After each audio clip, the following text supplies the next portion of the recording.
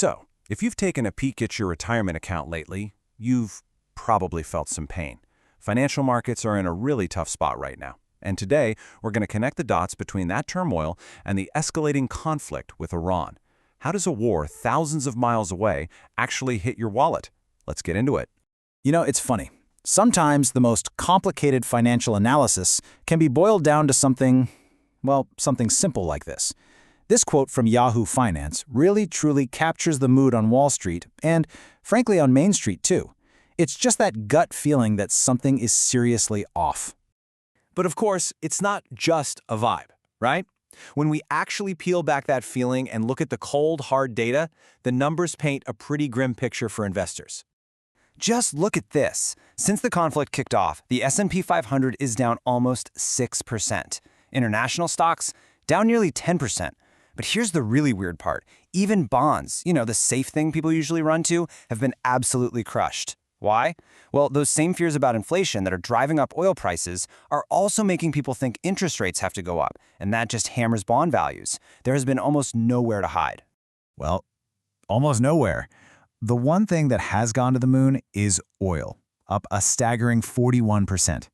And yeah, that's great if you own energy stocks, but for pretty much everyone else, it is a massive headache for the entire economy. So here's the bottom line. If you have a 401k, an IRA, any kind of retirement savings, you are feeling this squeeze. The old playbook, balancing your stocks with bonds for safety, it's just not working right now. And you can see that anxiety in this number right here. This is the VIX, which is basically the market's fear gauge.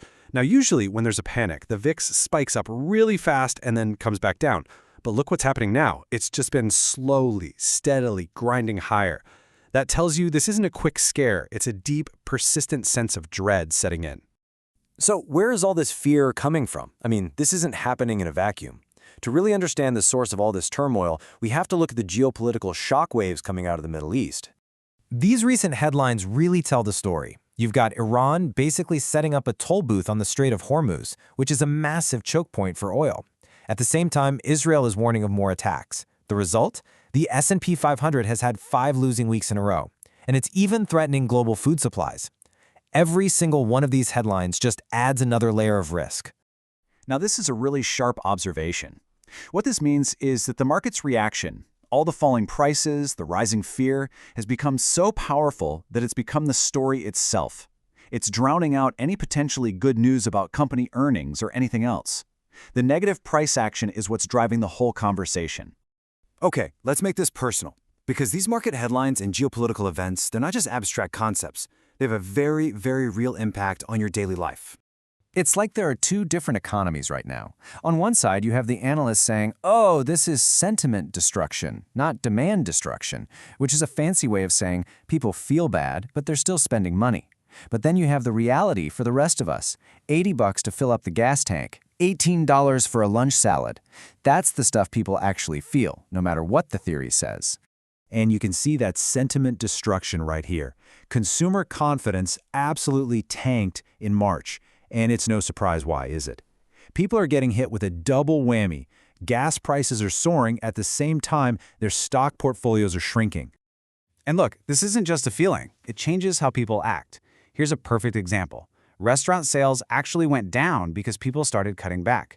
When you have to spend more at the gas pump, you've got less for things like going out to eat. That's a direct, real-world economic impact. So all of this brings us to the big dilemma for anyone with savings. What on earth are you supposed to do to protect your money when all the old rules just seem to be breaking down? This chart just lays out the problem so clearly. Oil has been the big winner, obviously.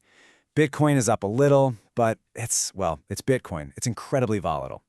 Meanwhile, you've got US stocks, international stocks, bonds, and even gold, another so-called safe haven, all in the red. It has been incredibly tough to find any cover. This quote from strategist Thomas Hayes just captures the mood perfectly. Investors are so pessimistic that they recently rushed to buy puts, which are basically bets that the market will fall, at a record pace. He said it was like buying insurance on a house that was already on fire. That's a sign of some serious extreme fear.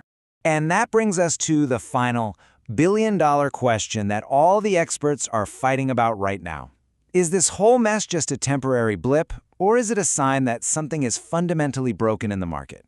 And you can really see the two camps here. On one side, you've got the optimists like Torsten Slok, who think the market is just overreacting and this will all blow over in a month or two. But on the other side, you've got the realists who are looking at this slow, painful bleed and saying, this just doesn't feel right. This doesn't feel like a strong environment at all. But here is the fascinating twist.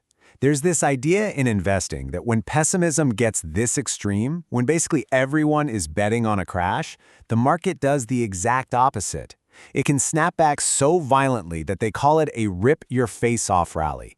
The more one-sided the fear gets, the bigger the potential for a rebound. And that leaves us right here, with the central question of this whole situation. Is the market, with all its fear and this slow bleed, just having a temporary panic attack? Or is it trying to warn us about something deeper, something we might not want to hear about the economy? The answer to that is probably going to shape our financial reality for months to come.